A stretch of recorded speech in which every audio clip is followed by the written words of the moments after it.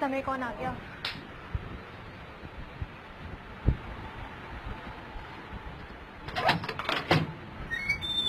हाँ जी मैम, आप ना बहुत खूबसूरत हो। प्रेमी आशिक आवारा, मैम आप ना बहुत खूबसूरत हो। पागल मजनू दीवाना। मैम आप ना बहुत खूबसूरत हो।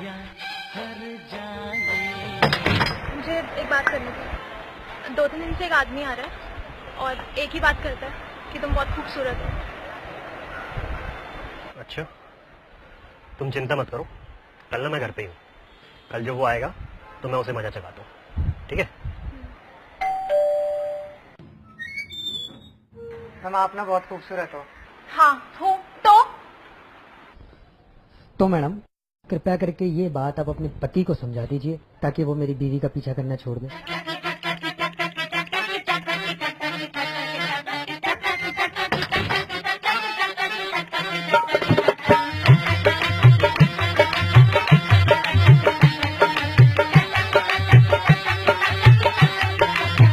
तार बिजली से पतले हमारे पिया, तार बिजली से पतले हमारे